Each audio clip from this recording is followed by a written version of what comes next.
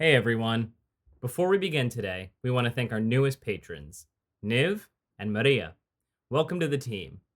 If you want to be like them and get exclusive access to bonus content like Molly and Becca's notes, our Discord server, and the opportunity to submit your very own study questions, support our show at patreon.com/pod and prejudice. And now, without any further ado, enjoy this episode in Defense of Persuasion 2022 with our guest, Sophie from Laughing with Lizzie. This is Becca. This is Molly. We are here to talk about Jane Austen. We are here specifically to talk about Persuasion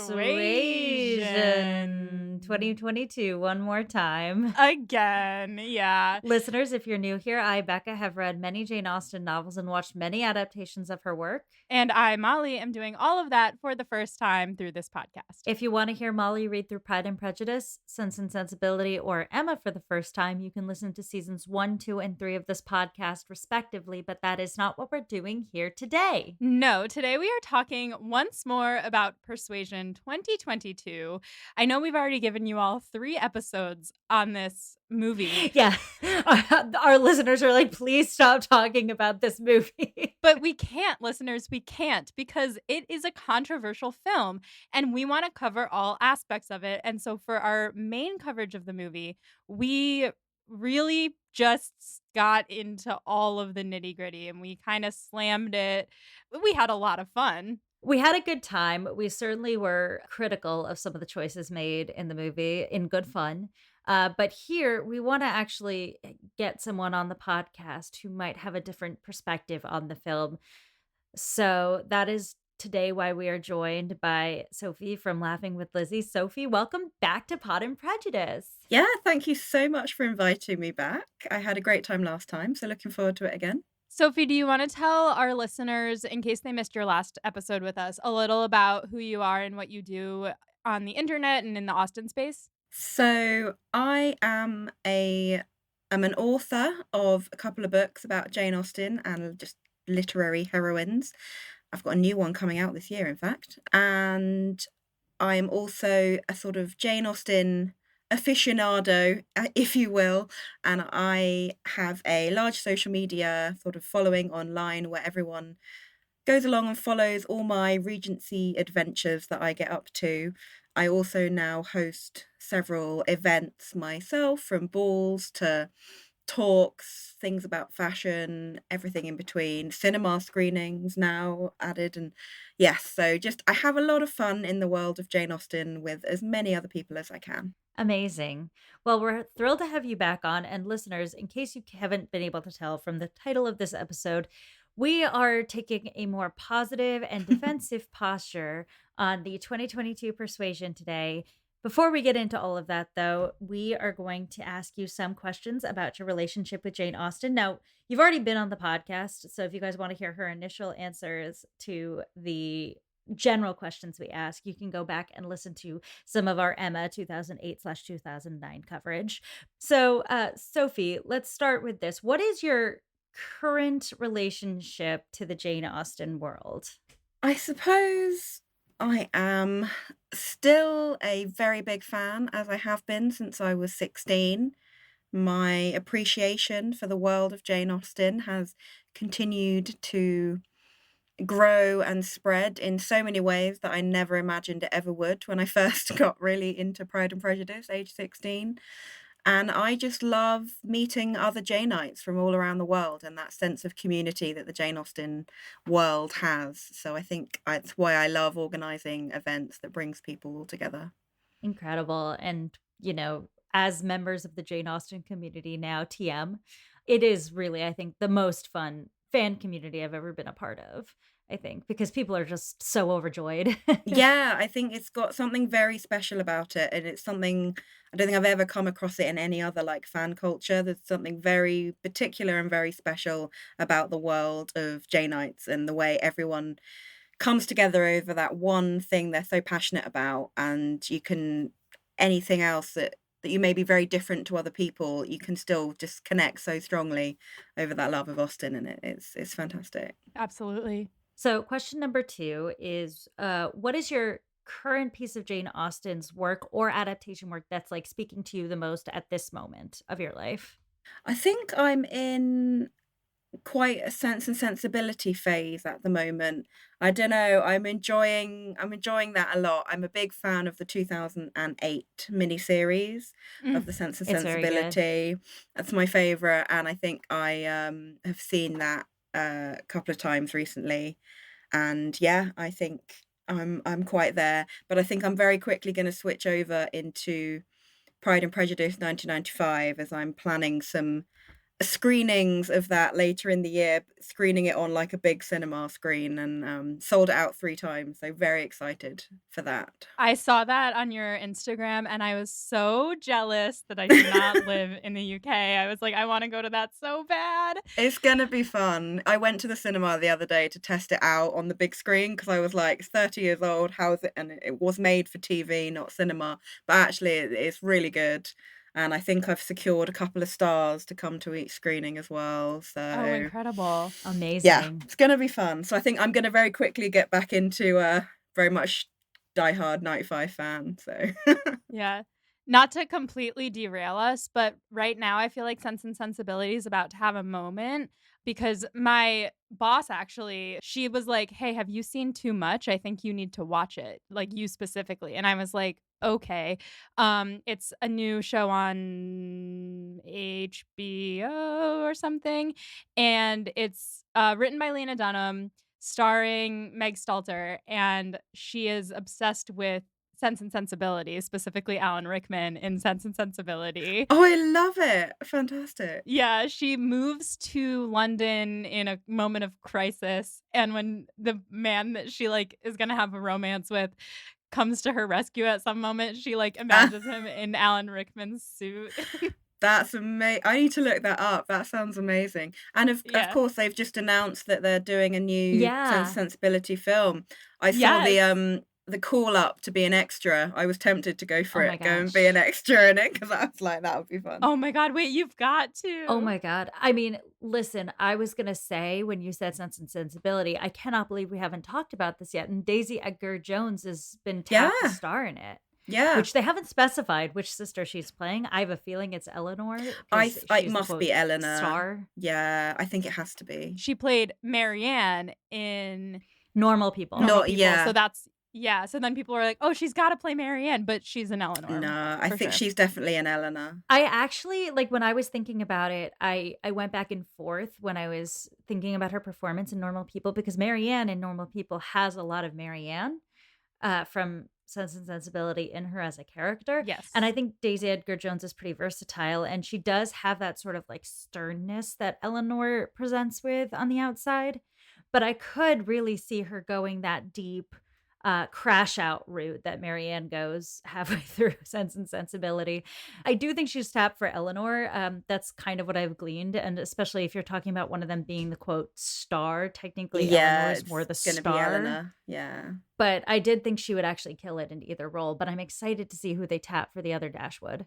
Yeah, it's just exciting to see. There was that I knew there had been talk of the Netflix P&P bubbling away, but this SNS just came out of nowhere. It was, yeah. I'm so excited. Sense and Sensibility is, my standby fave. So I'm absolutely thrilled. But still no Persuasion adaptation that's a miniseries that has, like No, I've taken to Googling when is a new Persuasion coming out.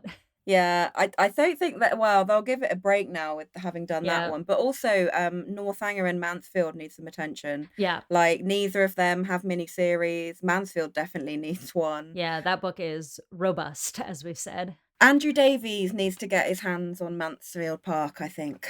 Yeah. He's done so many of them. Like, complete the set, Andrew. right. I agree. So back to our Yeah. coverage of this. We have 2 more questions related to your Jane Austen fandom. Third one I'm going to ask is which Austen character do you love to hate the most? I mean, I hate to hate her, really, but I'm gonna stick with sensibility and say Lucy Steele. Just, Ah, she is such a piece of work, but she's brilliant at the same time. I think she is so cleverly written by Jane Austen, and it is so horrible for poor Eleanor, the way she gets stuck basically in a love triangle that she didn't ask to be Yeah. in. And it's, oh yeah, Lucy Steele is just absolutely horrible. We absolutely have to stick a pin in this conversation because if I am given free reign to talk at length about Lucy Steele, we will be here until next Saturday. So, but I love that character, not in the sense that she's a good person or that I think she's kind to the characters of the book or I like want her to do well, but she is genuinely propulsive to read. Yeah, Like so good. yeah, she's brilliant. And our final question for you is any new Austen hot takes since the last time you were on this podcast? I was thinking about that, and I don't know that I do. I know a lot of people are, I suppose, in the way that there was the whole Persuasion Netflix thing. Everyone's gone, oh no, Netflix, Pride and Prejudice, what's going to happen? But so far, the casting that's come out, I'm quite excited by. So I'm holding out for that, and I'm here to defend that one anyway. So Yeah, I was going to say this whole episode is kind of a hot take episode generally. Absolutely. So I feel like this is the ultimate Austen hot take, but in an hour-long format. I think it still is at the moment. Nothing else has replaced it. I don't think. Yeah. Yeah. Was this your hot take last time? Yes, it I think it was. Yeah. Yeah. All right. So this is an excellent segue then. Into our coverage of 2022 Persuasion from a positive lens. And before we get too far into it, I will say, like, full disclosure, I don't know if you were able to listen to our episodes on this. Molly and I had mixed feelings, so to speak, on this Yeah. film, which I think is Common. usual. Although Molly, I think, had a more positive take than most do Yeah. on the film. Like to remind everyone, I was able to like acknowledge the kind of pitfalls that happened, but I fucking loved it. Like I had a great time. Yeah. Would watch again. I watched it 3 times. And, you know, obviously like I was able to like talk negatively about it with the best of them, but also I think that I'm going to probably find a lot of things, like a lot of common ground Yeah. with you, Sophie. So, Mm. yeah, with that out of the way, when did you first watch this movie and what was your initial impression of it? So I had an interesting sort of start with Persuasion. I actually was reached out to by Netflix before it had come out, and they asked if I could watch it. And basically, they kind of wanted a heads up of where I felt they could get attacked, basically, and sort of just my opinion as like a diehard Austen fan and all of this. And this was before they'd even made their trailer and everything. I did advise them on what they should and shouldn't put on the trailer, which they didn't listen to. But anyway, the trailer would have been very different if I'd had they put all the worst bits in of the trailer, I Oh think. my god. Anyway, Oh no. so yeah, so I saw it a couple of months before it came out, and I remember sort of initially when it started, I was like, oh, I'm not sure how I feel about this. But then actually very quickly I kind of got into the style and the sort of the theme and what they were going for. I mean, it says at the beginning, inspired by Persuasion. It doesn't say this is Persuasion. Totally. And so, you know, I think if you take it for that rather than this is trying to be a spot on adaptation of the book, which to be honest, very few adaptations actually are. I mean, yes, it's not nearly as controversial, but at the time, I do, I remember, I was 9, but I know that even when the 2005 Pride and Prejudice came out, there was quite a lot of controversy about that film. Yeah. So yes, obviously we're now 20 years down the line, so the controversy's different, like in the way of, you know, it seems a lot worse, but in reality I think it's actually not that different. So I think I was able to watch it with the right frame of mind, and I just really enjoyed it. Come the end of it, I thought, well, actually I really like how they've done it. They've really worked on and brought out the humor, which was really severely lacking in both the 2 other films. And which is a because yes, Persuasion is a very emotional book, but at the same time it's still really funny. All of Austen's books are funny, so it's always good when the humor is looked at and brought out and not sort of like, you know, pushed down and forgotten about. So I just was pleasantly surprised. I knew there would be a lot of controversial bits and that a lot of Austen fans wouldn't like it. So I did try to say to Netflix, you are gonna have issues. And if I'm truly honest, I really felt for them because it was slated so hard and like purely on like a 30-second trailer. The way that people were going at it before they'd even seen it, I feel like the true Austen like predisposed to either love or hate something really came to the fore with that, and the poor writer was being accused of not being a Jane Austen fan, and she's a diehard Jane Austen fan and all this. So I did they cancelled the premiere and everything that they were going to have. Like I was meant to go to the premiere, they Oh cancelled the London no. premiere because of how much slack they were getting. It was so I did feel for them. Yeah. And I wasn't paid by Netflix or anything, so like I wasn't like I wasn't asked to do this kind of give this positive take on it, but I just was able to see what they were going for and the side that yeah, I don't know, it just I just liked it, I just enjoyed it how they'd done it. Yeah. Yeah. I think that's all very fair. I am more of a hater on the movie than Molly was, but I am putting aside any sort of like serious criticisms I have with the movie for today, and I'm going full on just like what I really liked about it and what I can appreciate about it. And I think you touched on something that I thought rang really true to me, which is I haven't been huge on any of the Persuasion adaptations we've Mm, watched so far. Some we watched this is our 3rd. We've watched the 1995 and the 2007, and now yep, we've watched 2022. And in all 3 of them, I thought there were good things and bad things, yep, to varying degrees, shall we say. yeah, I agree. And with 95 and 2007, I think they're both, quote, serviceable. And there are diehard fans of both of those adaptations who really adore them. And we actually had some diehard fans on to talk about 95 Persuasion, and I understand, I guess. But you hit on the thing that drove me, I would say, second most crazy about those adaptations out of everything, which is the level of, like, forlorn and moroseness, like, Yeah, the sad sack of it all, where we had a blast reading through Persuasion chapter by yeah, chapter. it's really funny. Yeah, and I've said this like 8,000 times. Like, if you read Persuasion as Anne is Michael Bluth in Arrested Development, like the ultimate straight man to a cast of absolutely ridiculous characters, Yeah, it is a true comedy. oh yeah, And I felt that that got really lost. The other thing that all the listeners now know from me at this point is that I'm desperate for an adaptation that actually gives breathing room to Anne and Wentworth in their prime when they're younger, 8 years beforehand, and, like, actually gives us, like, what they lost so that we can understand where they are now. But yeah, no, that aside, I actually do appreciate the, like, attempt to bring and inject humor. I think there are areas where they were more successful in that than in others, but I do actually think they understand Jane Austen to be a funny writer and Persuasion to be a funny book. yeah, it totally is just forgotten out of both of those.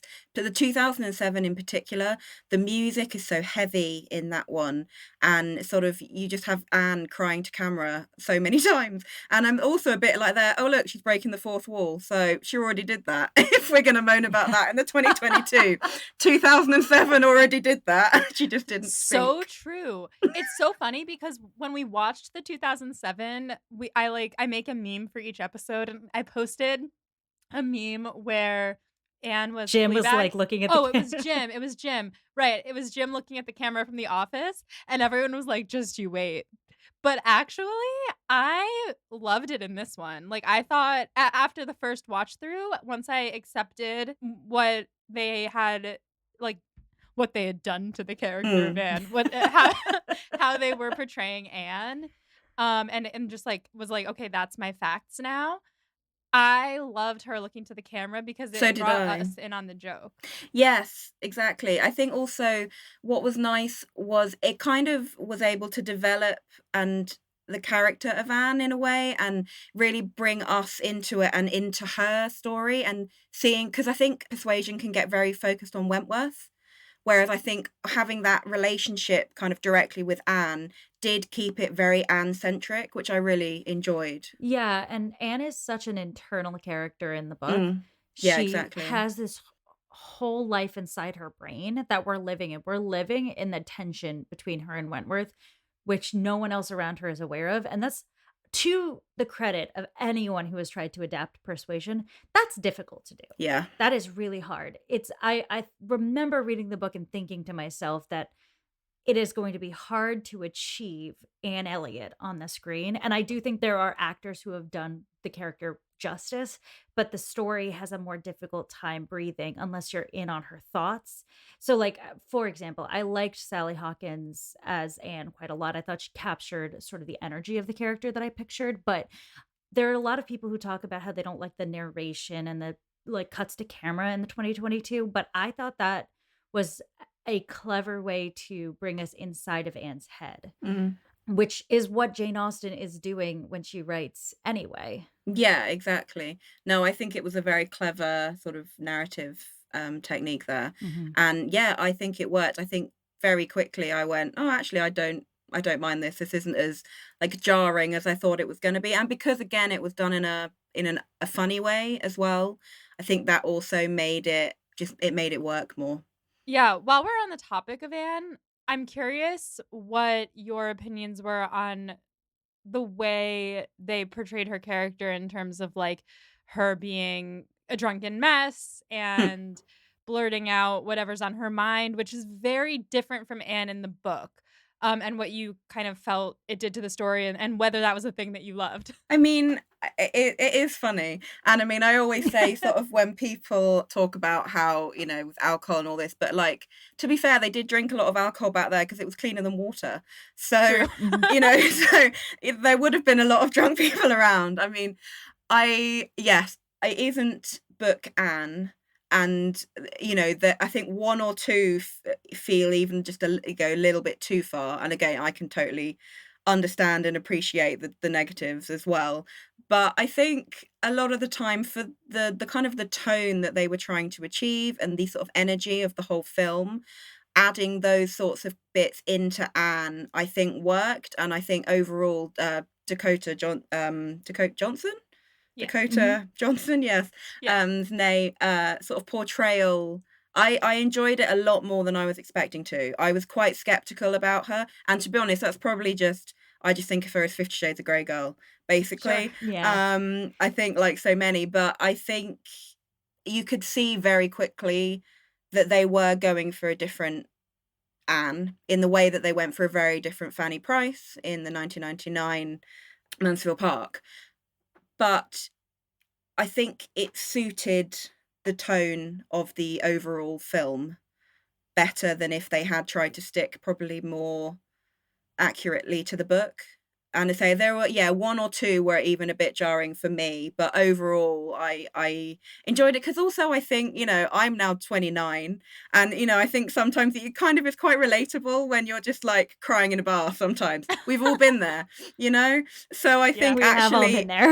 I think it kind of takes you into her pain that she's going through and the difficulties when you've had the life that she had. Like I think it does make it really relatable.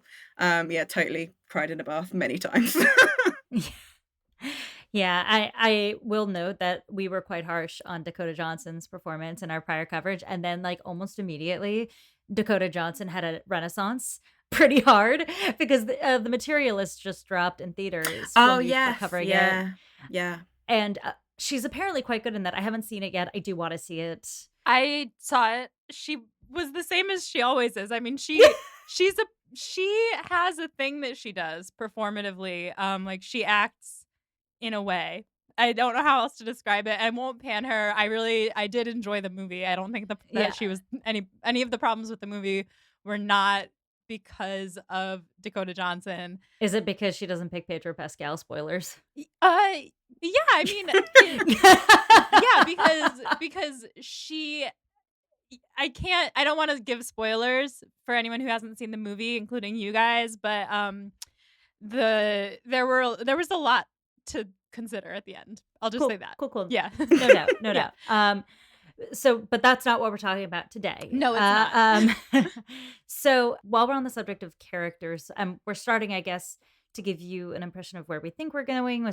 I guess we're starting with the broad strokes of the story, and then we'll get into more of the details of what we liked and things we had more questions about. But I wonder what your take on Cosmo Jarvis's Wentworth is, because he's kind of a softer Wentworth than some of our Yeah. other Wentworths. And their tension is very differently rendered than in the book or in the other adaptations. Yes, it is a very different relationship. I did not know the actor coming into Persuasion, so he was new to me. And my favourite Wentworth up to then had been Rupert Penry Jones, even though realistically he's kind of too perfect to have been a sailor. But I'm not a fan of Kieran Hines. I just never was a fan of his Wentworth. So I was intrigued, and I think his sort of take on him being, more subtle and sort of softer, I thought worked quite nicely as a counterpart to the energy of Anne. And again, I think the way that he played it, it still kept Anne as very much like the center and the focus. Whereas again, I think so many times it's all Wentworth, which I get, that letter, I get it. But Anne is the heroine of this book, so I think he did play it well so that he didn't take too much attention, but also his sort of softness and the way he was playing it did make his sort of all his, pettiness at the beginning. It was quite an interesting like dynamic there in the way that that played out. It was sort of subtle, which also in a way felt more harsh somehow Hmm. with how he was, when he was flirting with Louisa. Yeah, and some of the stuff that he says that is kind of mean, and then he Yeah. like gives her these eyes though that Yeah. he's like kind of flirty but also being mean. Yeah, he's really, yeah, he's definitely confused. But to be fair, that is what he was. He was confused and was trying to be mean and be petty, but also could never let Anne, be suffering or be hurt or anything, even from very early Mhm. on. So yeah, he got that right, and I did enjoy the him not stealing focus, I suppose. I like that take. Him not stealing focus and making it more about Anne. Yeah, that kind of goes hand in hand with her being like her vibe kind of matching the vibe of the rest of the film. I was thinking about Mm. whether it would have worked with a more morose Anne, and it just wouldn't. I don't think it would. No, because everyone around her is so funny and so ridiculous that she needs to be able to clap back. Yeah, no, definitely. So I think it was the perfect sort of counterpart to the way that Anne was being Mhm. portrayed, and kind of was the way it had to be done, really. Yeah. So I think this is a good segue into us each naming some of the more detailed things we liked about the film. I'm happy to go first. Some of the things I really liked is that this Sir Walter and Elizabeth worked extremely well for Oh, me. brilliant. There's a really heightened style to this movie that I think has, in my opinion, mixed success when it comes to certain characters, but I think it is pitch perfect for Sir Walter and Elizabeth. And for me, it was clearly far and away the best Sir Walter that I've seen. Same. Yeah, I agree. I loved the heightened nature of Kellynch Hall and their estate in Bath. It seemed to me like they were living in this little magical fairy world where they weren't in debt and were pretending that they were at the top of society. It felt like they were both playing make believe together Mm. and furious at anybody else who came into their world who tried to puncture a hole in their little make believe world where they're at the top of society and they have an endless fountain of money coming their way. Which is exactly kind of how it reads in the book, in my opinion. Yeah. So I think, as you say, it is a really good sort of that scene at the middle, at the beginning, sorry, with all like the pictures and the portraits being taken, and it's there are just some little comedic touches that I think just play perfectly into their characters. Yeah, and him like looking at himself in the mirror while his like servants adjust Mhm. his collar. He had great outfits. Yeah. Yeah, oh my god, Absolutely. his carpet suit, Oh, so good. so Yeah. good. And him saying, "Joy, I'm experiencing Oh yeah, I'm joy." experiencing joy. Yeah. It's so good. This Sir Walter is also in Too Much, the Meg Stalter show. So Ah, funny. yeah, He's one of those British actors who seems to be in just like everything. yeah. Yeah, he He's pops quite up good. all over the place. Yeah. The second thing I'm going to name is the cinematography. We talked about this a little Oh, in the last episode. stunning. Stunningly rendered cinematography. I thought Dakota Johnson is whatever else anyone may say about her, is stunningly beautiful Yeah. and knows how to carry her face in a camera shot to great effect. So there were just like these sweeping, beautiful shots of all the different areas where she was. And I liked that it was a bit heightened. It was bright, it was poppy, it was colorful. Yeah. And I think that the filmed universe was one I was enjoying seeing Mm. quite a bit. Yeah, that was definitely something that I walked away from my first viewing of the film was, wow, that was a beautiful film. Like, and even just like that ending scene where you're sweeping over the cliffs and the song as well. I love that song. Mhm. It's a It's lovely song. beautiful. Yeah. So yeah, no, definitely did well there. You know, it's funny, when we first watched Pride and Prejudice 2005, I came away from it being like, yeah, that was really pretty, but I didn't like it the first time I saw Mm, it. It actually yeah. took me like quite a few times to see it and like it because first of all, I had just come into the Jane Austen world. I had only read Pride and Prejudice and I had only seen the 1995 Pride and Prejudice. Mm, So I was like, yeah. this is what Jane Austen is. And then I saw that and I was like, this is not Jane Austen. Yeah. Yeah. But it's like so beloved. And and we actually got a lot of hate for airing our grievances about that movie on our Yeah, podcast. not surprised. Yeah. So then coming into this, you're right that it is kind of similar in Yeah. what it does with the story. And it's so pretty. Yeah, I think there definitely is similarities, which I think people probably, because we're 20 years on, have probably just forgotten. Yeah. That how actually controversial that film was when it came out to a lot of people, and still is. I mean, Yeah. don't you dare start the question of Firth versus McFadden. Oh my word, the arguments you'll get in any comment section is dangerous. Yeah. Can't we all just enjoy hot men playing Darcy? It doesn't have Right. to be that serious. I will say that if we got hate for airing grievances about the 2005 Pride and Prejudice, I want to flag for our fans the comparisons here. Don't give us hate for it. They're very clear. It's okay. So then the final one I'm going to say, I wrote down unseriousness, which I think we already actually covered, which is that I think this movie tries to grapple with persuasion as a comedy, which not very many properties do. But I will replace it with another one because we've already discussed that, and that is Captain Bennick. He was great. Yeah, I really like the actor who played him. And I thought that has been a piece of persuasion that I personally have like sat with a lot since I read the book, which is, should we judge Bennick for moving on from his dead lover? Because to me, like, he's mourning, and Jane Austen clearly thinks we should judge him. Mm. I think she does put some judgment on this man for moving on so quickly and maybe not taking his grief as seriously as he should. But I also think that that might not be fair to someone who's been through hurt and finds comfort in another person. And I thought that the way that that smoothed over in this version was pretty nice, because there was something celebratory about Bennick being able to move on and find love with Louisa, which is a dicier moment in the book. Yeah. Yeah, and I think similarly with Louisa as well, the fact that, she's all very into Wentworth and like, trying to really catch him, and then suddenly, oh, she's also engaged to someone else. Like, Yeah. but again, I think, as you say, it's kind of set the celebration of the fact that they found each other through his grief and her like healing from a very traumatic injury. Yeah, I think their whole relationship and that sort of arc is really nicely done. Yeah, and I think it is what was intended by Austen, because everyone thought that she and Wentworth were going to end up together, so the signs must have been very clear. And then all of a sudden, she's with Bennick. And I think that this one, because it was so much more obvious, like their flirtatiousness, it did hit like how much her injury must have like sobered her. Just, hit home a bit and real life and all that. Yeah. Yeah.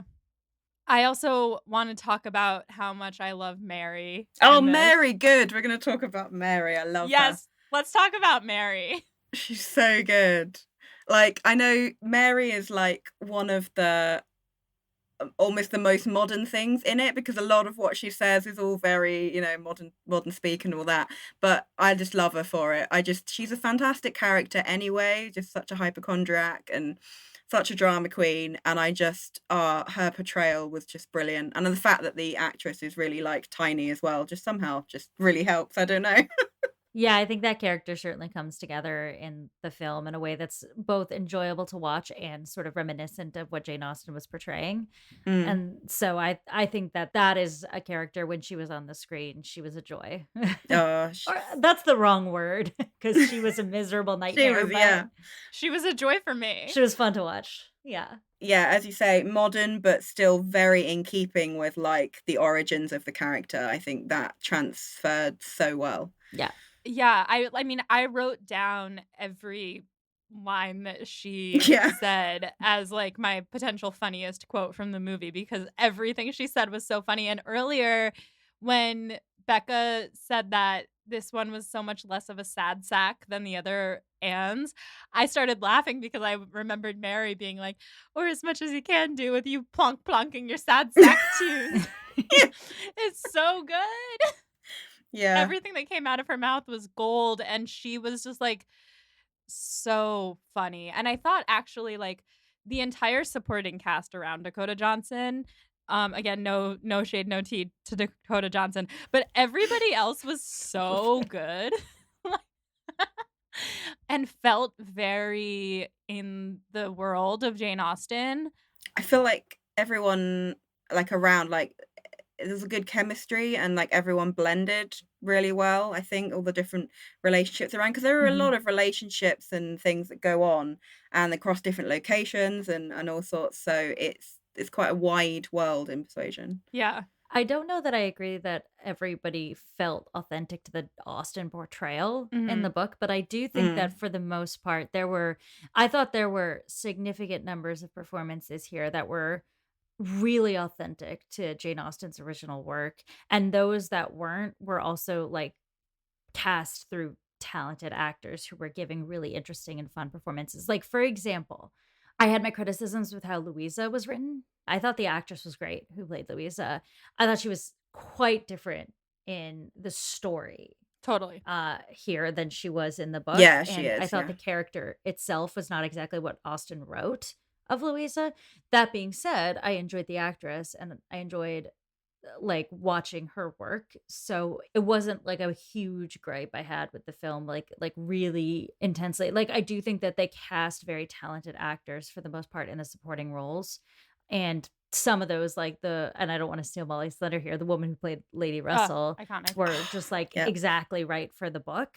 And some of them were a little different, but overall, my gripe with the movie did not fall with the supporting cast. Yeah. I think Louisa, yeah, she's very, very different from the book. But again, I think it was possibly a good choice or necessary again to be the relationship she has with Anne. And it's quite nice to start with seeing that real like encouragement from her for her to like go for it with Wentworth. And again, with how different Anne is being played, possibly a authentic Louisa wouldn't quite have worked as well, I think, Right. potentially. Yeah. I think that storyline was the one that felt the most modernized to me and like the most Yeah. because a lot of things that they did I think were trying to make the story geared towards a modern audience, which I do not dislike. I actually think that's necessary for an adaptation because otherwise why are we adapting? But I think that one like Louisa trying to wing man and then going Yeah. for the man instead was very much like a high school rom-com. Yeah. But no, I agree with what you say there that, you know, one of my arguments always was that, okay, well, if they had done like a, scene by scene, basically remake of 1995, they would have got slated for doing that because they would have been like, well, you've just remade 1995. Yeah. So I think if you're doing an adaptation, you have to take it in a different way, you have to do something more. And I think if it potentially brings a new generation to Jane Austen, that's always a good thing as well. Yeah. So any ones that are being made later on, and I think Netflix are always going to go a bit more down that route than being like a totally historically accurate like the BBC might try and do. But it definitely has brought some Austen fans too, because I've had some reach out to me on my page and things. So that can never be a bad thing at the end of the day. Yeah, I think that first of all, I know that Molly's girlfriend quite enjoyed this film, Mhm. and she is not an Austen girly. Mm. But I would also say, like, I think that for all the issues I might have with the film, I really appreciate the like swinging for the rafters of it, because I think that it is a shame if no one takes risks with Austen content. I think about this sometimes because I think there's a lot of authors that take huge risks when adapting Jane Austen's work, and that they're clearly people who love Jane Austen's work and do different things with them, and some work and some don't. But you don't see that as much in the major adaptations, and I think maybe the reaction to this film might have something to do with the fact that we haven't gotten a really robust adaptation of Persuasion in the last 50 years. 100%. If we had something that fans could hold on to as our perfect adaptation of Persuasion, then you have more wiggle room. I think of something like the 2020 Emma that came out. Mm. That is another one that kind of swung for the rafters on a lot of things with the story, and I think that one sings. I think it's really well done. It has the comfortable landing spot of the 2008-2009 BBC miniseries with Romola Garai and Johnny Lee Miller, because if you are a traditionalist, even if that Emma 2020 isn't your cup of tea, you can still return to this near beat by beat adaptation of the book. Yeah. So with that, I feel like part of the like angst around this film, and our fans can correct us if I'm wrong. I know people have really strong feelings about it. I personally had some strong feelings about it. I think part of the angst is wishing for a Persuasion that feels complete as to the book. Maybe I'm wrong about that, but Yeah, no, I think I would agree with you, because I say there are a lot of diehard fans of the 95, but in the way that I absolutely love the 95 P&P, or the Emma that you mentioned, or the S&S series in 2008, I do not feel Mhm. that way about any Persuasion. So it definitely is missing. And I think in another way, in what you're saying about, you need to take risks, but maybe people aren't doing that as much in terms of adaptations as they are. Yeah, in books, it happens all the time. But I think again, the reaction and everything that this film got, if people keep doing this and slate it quite in the way just on like the advert alone, filmmakers will stop making Austen, Right. and then people will complain that there's no Austens being made, and it will be, well, that's your fault. yeah. In my opinion, because people are not even giving these more out there adaptations a chance. Even if you then watch it and hate it, fine, but give things a chance, and maybe don't just be like, this is absolutely, just absolutely go for it, because filmmakers will go, oh, well, I'm not going there. The Jane Austen community will, come after me with Rip me apart. pitchforks. Yeah. Yeah. And it's really valid to hate this movie and Yeah, other yeah, movies, I think. 100%. Like, it's Yeah. really, it's not very accurate to the book, and it does have its flaws. Like, I think that, like, if people don't like it, I get it. Yeah. But I do think that the, like, reframing of it being like, can we get more? And even if we don't like it, we'll still, like, consume it.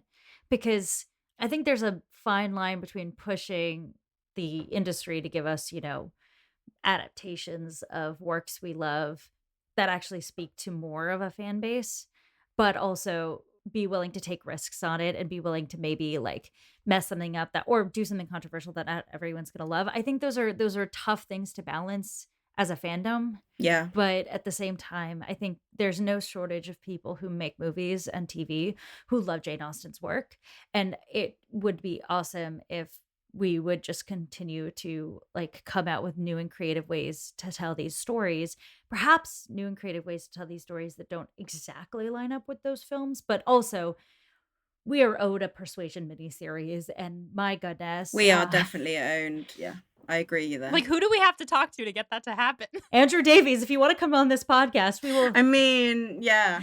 I can't stop thinking about. I've brought this up like 8,000 times on the podcast. I can't stop thinking about the fact that Sarah Snook was set to star as Anne Elliot. I think that would have been amazing. Yeah, that was so like, it was really odd that, because I remember them both like being announced, and then basically they stopped it because of the Netflix one, didn't they? Yeah. And I'm a bit like, well, just give us both. Right. Always both. We had Double Emma come out in 1996, so let's just have both. Yeah. So we don't want filmmakers to be put off from these things. But then obviously, it's a shame that they stopped that because I think she would have been great casting. Oh, she would have been amazing. I can't think about it too hard. I'll get sad. Yeah. But I also think that like they are not necessarily the most high budget films out there either. It's not like we're No. begging for more Star Wars films or something. Those are massive, massive Yeah. budgets. And like that's a huge swing at the box office that you really need to make land to make it worth the cost of making. You can make great Jane Austen adaptations cheaply. BBC does it all the time. Yeah. And so I don't know. I hope that at some point that when people reflect on this film, it's to appreciate the fact that someone tried and to also maybe push forward for a persuasion that speaks more to the broader fan base. Yeah. So I don't know. I have a lot of complicated feelings about it, but I also think that like it clearly is a shame that we're not getting more persuasion, in part because people had such a negative reaction to this movie. Yeah, I genuinely fear that the reaction to this would put filmmakers off. Well, one, Austen as a whole, but Persuasion in particular. They'll be like, well, we don't want to touch that book because it totally needs a miniseries to do it justice to the book and to, as they say, the broader fan like culture and everything. It needs a miniseries. I want flashbacks. I want flashbacks of Anne and Wentworth when they were in love 8 years ago. And then so that when we see them in the modern day, you're just mourning the fact that they are not touching each other and kissing each other. But you know what? I'm going to say something controversial to our podcast, which is that I think it's possible to do it justice without flashbacks because we don't get flashbacks in the book. In the book, yeah. We just are left with the hole. We just have a hole. Like, and by a hole, I don't mean a WHOLE. I mean like a hole in Anne. And I think that if the adaptation is written well enough and the performer does a good enough job, we'll get the tension of that hole. But I understand why you want it. The tension of the whole. Yeah, the tension of the whole. I like it. The hashtag tension of the whole. Yeah. But I think also when you've got a mini series, you've always got more time for that sort of thing to build as well. Yes. So I think getting that kind of tension and everything across is always easier when it comes to a mini series. Yeah. Absolutely. I think the problem that I come across again goes to the fact that we're not in Anne's internal world on film, and you can't be all the time. It's an external medium, and what I think is that some of the deep pain that Anne's feeling and the panic around Wentworth and the way she thinks about seeing him again, the way that his presence in a room shapes her experience of the world is something that I think is difficult to capture on film. Yeah. And part of the reason I would push for flashbacks, which is a hill I will die on. Absolutely. And I do think it's possible to do without the flashbacks. I just want to see. No, the flashbacks are. I mean, they would be great. It clearly works because I mean they did that in 1995 P&P. You got flashbacks of like Darcy and his background, and just more scenes of seeing Darcy on his own as well. Yeah. So yeah, totally works. There are two things I think about when I really push for the flashbacks, both in adaptation choices. One is the 1995 Sense and Sensibility. The fact that we get so much time with Edward at Norland makes you care so much more when Lucy Steele comes in and says, He's mine. am with this man. Yeah. Because then you desperately need Eleanor to be with him. And I think that's something that the 2008 adaptation took on as well. When you flesh out Edward at Norland, you care that Lucy Steele steps in and tries to snag him. With Emma, if you look at that 2008 adaptation, you get those moments where she's kind of like setting up Isabella and I John. love those. Yeah. And then you see this precocious young woman and you get to live and breathe in how long she and Knightley have been bickering. And I think it builds really nicely to their love story. So I just say, like, when you have the time and the space to make the choice to let something breathe that Jane Austen captured more through like really quick turns of phrase, I think it really it makes the movie going experience all that more rewarding. So that's why I want the flashbacks. Yeah. I'm thinking about Norland, and I'm thinking about Emma trying to set up people and being a teenage little shit in 2008. Yeah, and I Yeah. agree that the flashbacks would absolutely make it better and make the story fuller and like all of the things. Yeah, especially in like the context of like a, 4-part miniseries or something. Absolutely. But we didn't get flashbacks in this one, and we should probably return to the 2022 Yes. Persuasion. So we've both talked about like our favorite parts of this. I'm curious what your favorite parts are, whether it's like elements or literally scenes that you love. Just tell us what you love about the movie. So Mary, who we've already discussed, Yes. Lady Russell will be another one who I Yeah. did enjoy very much, and sort of I really enjoyed her relationship with Anne, because I think I've not been a fan of either of the Lady Russells in the previous 2 films, Mm. because Anne's meant to have, yes, she was the one that persuaded her away from Wentworth, but they are supposed to have a really like close motherly Mhm. kind of relationship, and I just don't think you see that in either of the previous films, whereas I think in this one you can see that they are close and they are still strong despite, what happened, and she also can see how much Anne's still hurting from it, and kind of like is potentially a little bit regretful for what happened, even though, at the time it was just what she felt was best for Anne. Mm. But I think it comes across so much better in this film somehow than it has been done previously. She brings a real warmth to the Yeah. portrayal of Lady Russell that makes it difficult to hate her no matter the mistakes she may have made in the past. And I think that is a great choice because it shows you why Anne's not cutting this woman out who ruined her life. Yeah, 100%. Because I think a lot of people can think that would be like, why on earth are you still friends? Like letting this woman in, have such a important part in your life when she messed it up. It's still like, Anne knew that it was at the time what she felt was best for her and everything. Yep. But you can kind of understand why they are still close. Yeah, and I mean, if she's a motherly figure in her life, like her mom is dead and Lady Russell stepped in to Yeah. be her mom, you're not going to just cut that person out because of a disagreement you had 8 years ago. Like, you can really see that, especially in the scene where Lady Russell apologizes to her. Like, Yeah. Yeah. it's not that she's apologizing that she did it, and she's not saying, like, I mean, I don't remember what exactly she says. I remember being shocked that she apologized because that's not something that has happened in any of the other adaptations. But she's basically saying, like, I'm sorry that you're still hurting from this, is kind of Yeah. where I think it ends. And Anne doesn't necessarily forgive her for what she did, but she more blames herself, which is, I think, true to the book. Yeah, it is. Yeah. All right. It might be time to just dive into some of the critiques we might have. And I guess like I get the sense from you, Sophie, that you do not see this as a perfect adaptation or a perfect movie in any regard. You can still enjoy a movie if it's not perfect. Yeah, 100%. So I think one of the things I struggled with in this movie was some of the choices made in the script. In particular, some of the like rewriting of certain lines, and also they have such great moments in this movie, some really like truly hilarious moments, and then some moments that don't land quite as well. And I think like for me the problem of the film might redound to a lack of cohesion in the story pulling it together. I see what they were going for in terms of Anne's and Turtle's struggle coming to the fore and ultimately leading her back to Wentworth.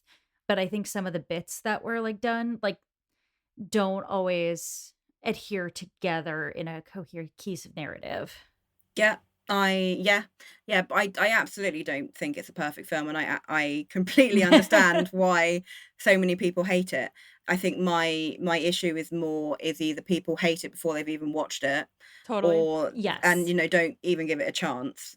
And I was always being like, yeah, there's probably things that you're not going to like, but I always focus on that it says inspired by Persuasion. This isn't trying to claim it is Persuasion. And I think, yes, definitely there are some of the changes that they make, which, again, they're kind of doing it for appealing to a modern audience because, a lot of people, when they read Austen, takes them a little while to get into that kind of language, and the way Yeah. it's just very, very different now.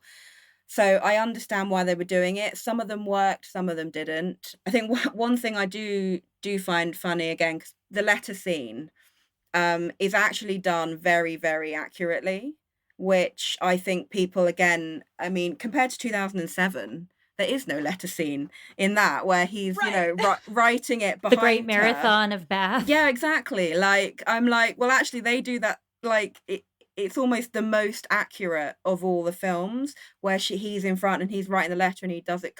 He's doing it twice, comes back, blah blah blah. Like, that's like really accurate.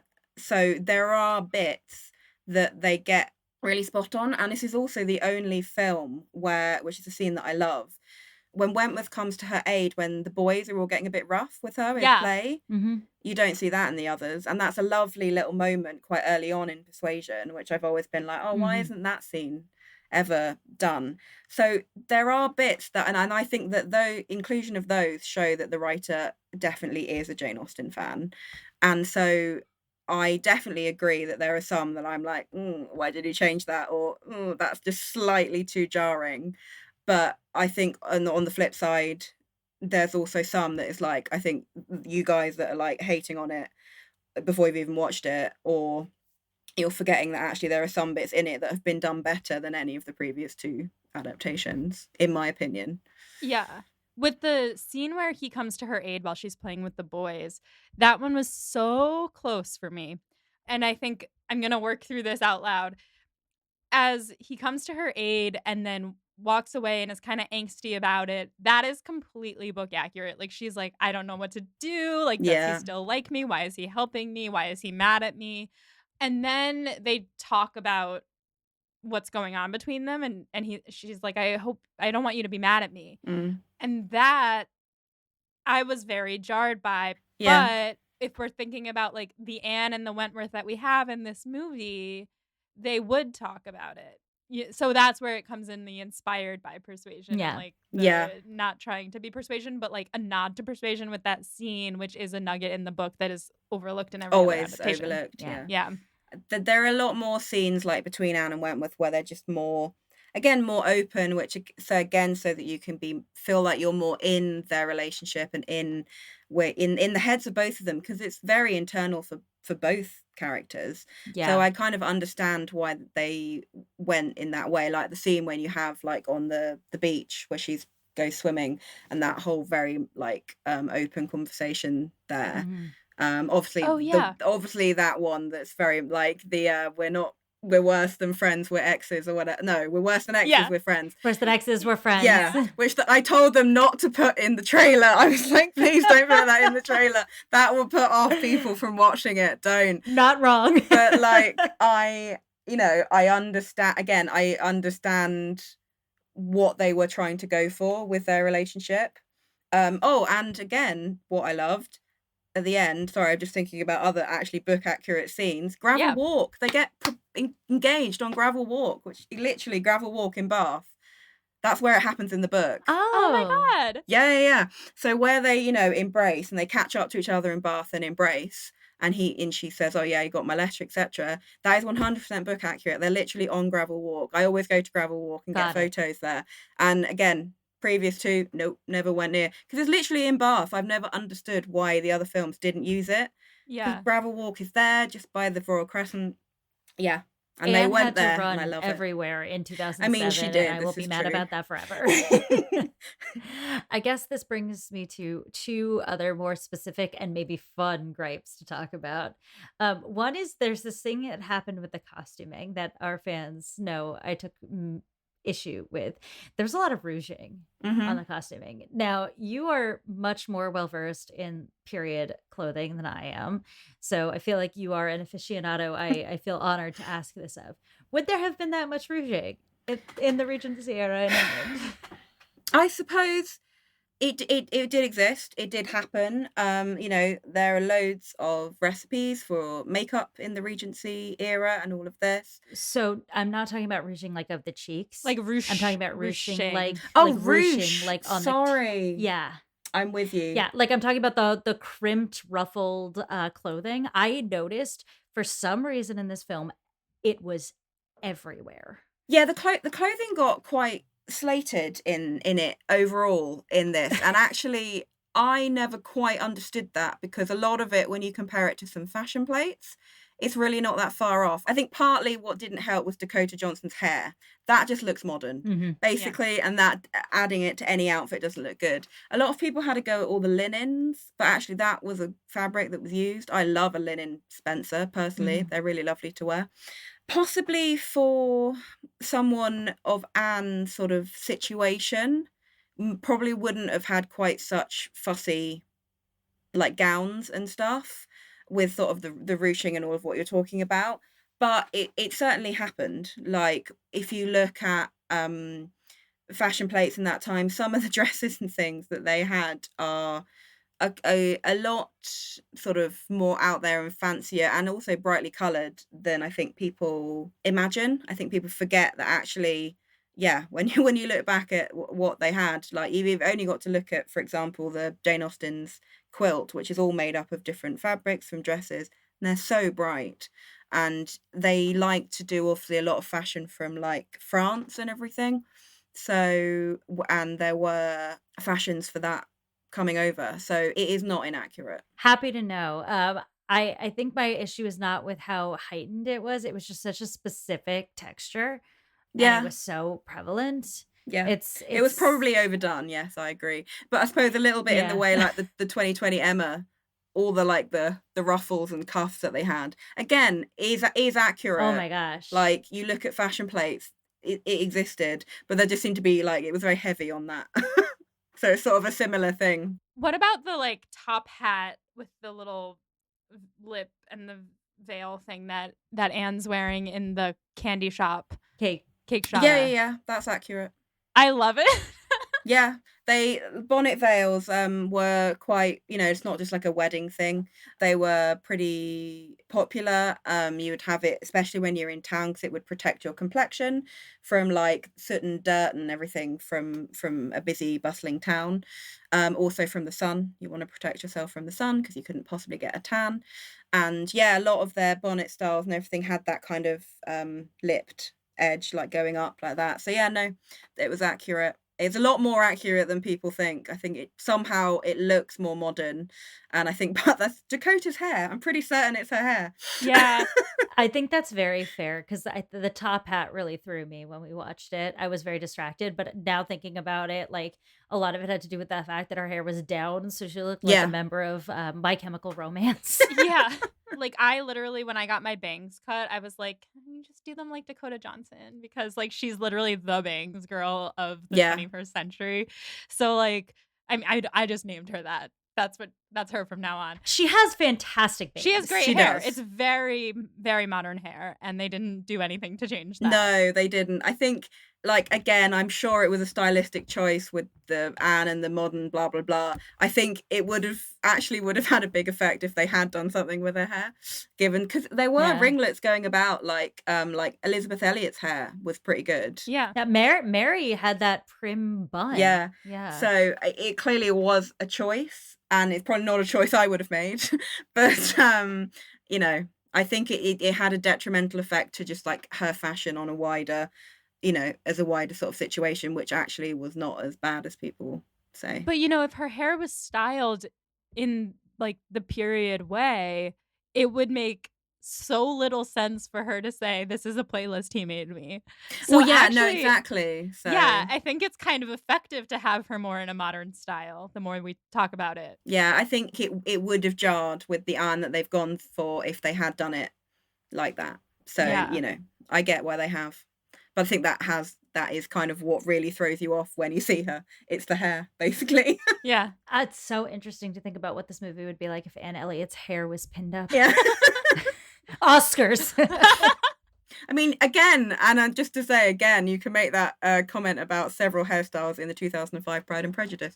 Just going to put that out Oh there. yeah, there's Lizzie has her hair down at various times. Very true. Lydia, yeah, fantastic one at the ball with I don't know what's going on. Like the with the pearls bow thing and the really yeah. long, I think you're right. I think there are elements of this film that people overlook as quite good that are not necessarily like Austen accurate or like things that would sing in any other adaptation, but because I think maybe the narrative walking into the film was that it's going to be terrible, and also Yeah. I think that maybe there were just too many elements added in to make it more modern. Yeah.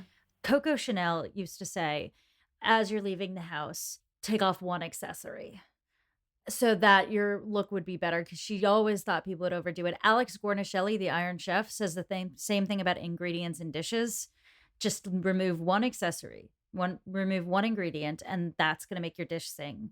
I think if they just removed a few of the like modern things and maybe like injected like a little bit more authenticity to the book in, we might have a different conversation about it. But I also, now that we've had this discussion, my thesis on this movie is part of the like strong reaction against it is the fact that we don't have a mini series of Persuasion. Yeah. Yeah, no, and I think it's very valid, and what you say is yeah, I think it would be a very different situation. When it first sort of came out, I did a lot of stuff in like my Instagram stories about like I've already seen this and asked many questions and sort of I suppose trying to allay initial fears that people had from all the scaremongering and the stuff that have been going on about just purely a 30-second trailer. And the amount of people that then said, I did then actually give it a chance, who were not going to watch it and said, I actually really enjoyed it, there was a lot. And I was like, yeah, I think you can't go into anything with anything you go into with such a sort of predisposition to hate or a, really strong ideas about something.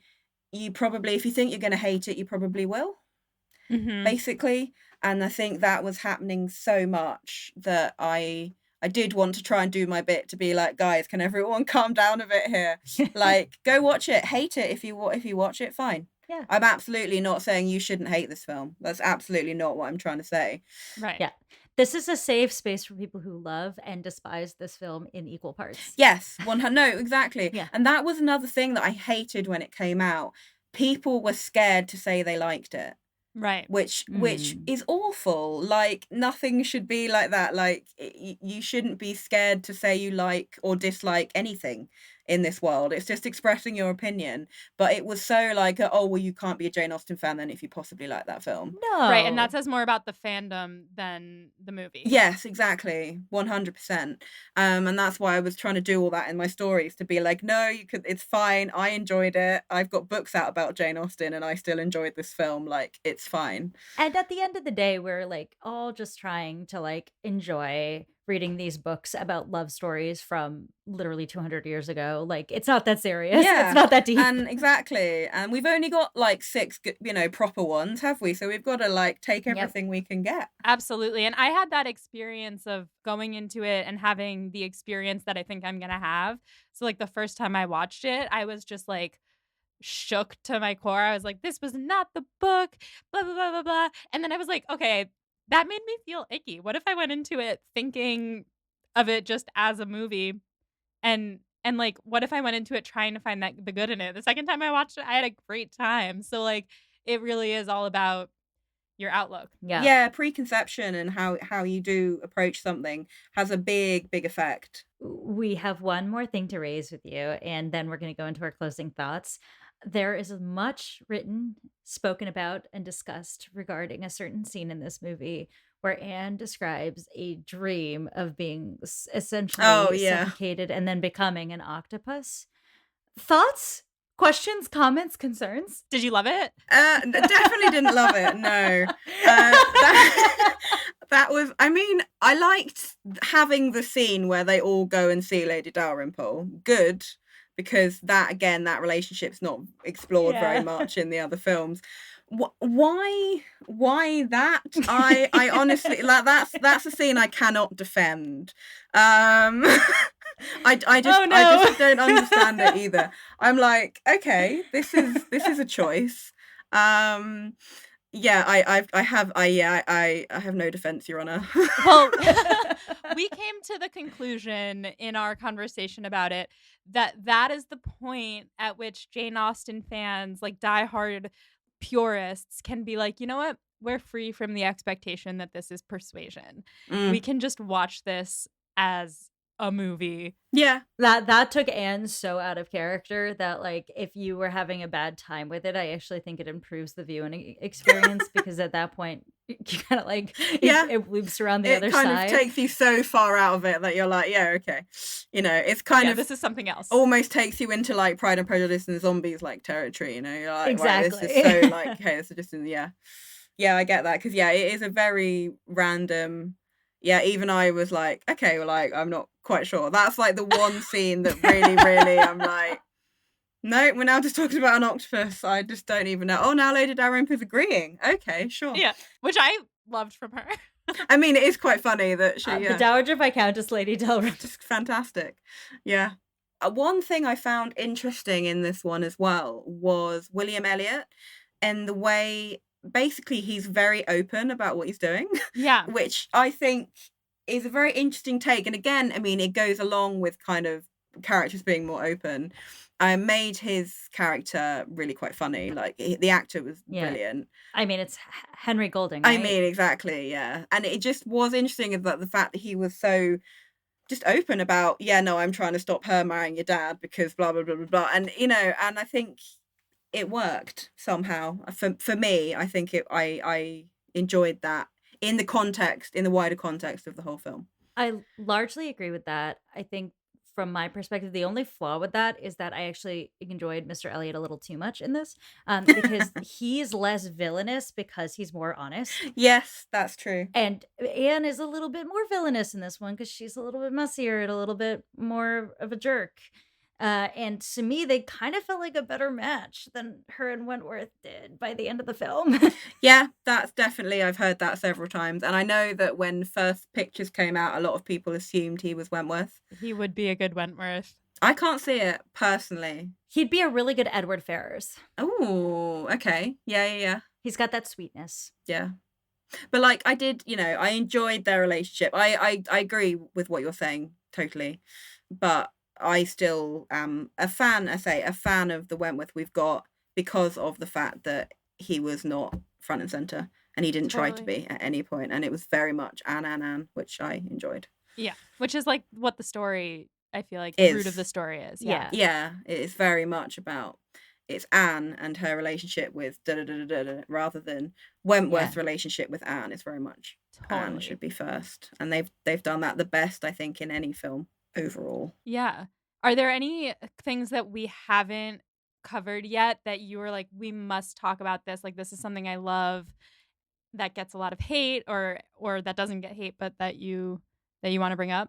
Well, costume, which we've spoken about, and sort of the scenes that people forget about are actually more accurate than in any previous film that there have been. They get overlooked. I think I enjoy all the time like when they're at Lyme and sort of like her accident and sort of also seeing a bit more sort of like him with his like sailor mates and all of those kind of relationships, and it's all quite gritty and like they're very much there. She's just staying in a very small little cottage and everything, and I think it gives a real perspective to different levels of society, but then also what Wentworth is like used to being around and everything. And I think it is nice to see him a bit more just kind of just being a mate with his friends, really. Yeah, I love that too. That's a great part of Wentworth. Yeah. All right. I think that wraps our coverage of Persuasion 2022. Don't worry, listeners. We're not covering this movie again, I promise. But Sophie, thank you so much for joining. This was such a good conversation and like a really interesting perspective on a movie that I think maybe doesn't always get a fair shake in the fandom. Do you want to tell the people where they can find you? Yeah, so you can keep up with all my adventures and different events that I host at Laughing with Lizzie on most social medias, primarily Instagram and Facebook. Incredible. I hope our listeners go to watch Pride and Prejudice 1995 with you in my stead because I'm so jealous. Yeah. It's gonna be fun. We've got some people flying over for it from different places, so it's gonna be exciting. And we've got some big plans for 2026 as well, so definitely come and check it out. Exciting. For next time, listeners, we are going to be covering the PBS miniseries Miss Austen. So we're really excited about that. So get excited for something kind of new. We haven't done many pieces of content here that are kind of Jane Austen broad focused and are not a direct adaptation of one of the books. So we're hyped to get into that. So until next time, stay proper. And keep an open mind when watching adaptations of Jane Austen books. Yes. Pod and Prejudice is edited by Molly Burdick and audio produced by Graham Cook. Our show art is designed by Torrance Brown. Our show is transcribed by SpeechDocs Podcast Transcription. For transcripts and to learn more about our team, check out our website at podandprejudice.com. To keep up with the show, you can follow us on Twitter, Instagram, and Facebook at Pod and Prejudice. If you love what you hear, check out our Patreon at patreon.com/podandprejudice to see how you can support us, or just drop us a rating and a review wherever you listen to podcasts. Thanks for listening.